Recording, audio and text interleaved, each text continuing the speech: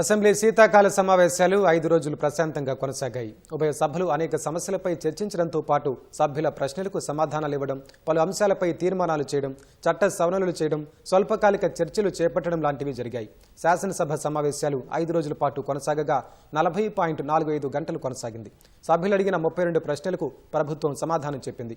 అదేవిధంగా 7 స్టార్ క్వశ్చన్లు, సభ్యులు అడిగిన 82 సప్లిమెంటరీ ప్రశ్నలకు ప్రభుత్వం సమాధానమిచ్చింది. అదేవిధంగా శాసనసభ సమావేశాల్లో 66 మంది సభ్యులు భాగస్వామ్యమయ్యారు.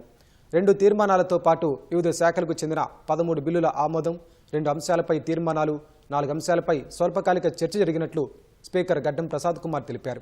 శాసన మండలి 5 రోజుల్లో 19.52 గంటలు సమావేశాలు జరిగాయి. 33 స్టార్డ్ ప్రశ్నలకు ప్రభుత్వం సమాధానమిచ్చింది. సభ్యులు అడిగిన 34 ప్రశ్నలకు ప్రభుత్వం సమాధానం చెప్పింది. 13 బిల్లులు ఆమోదం పొందాయి.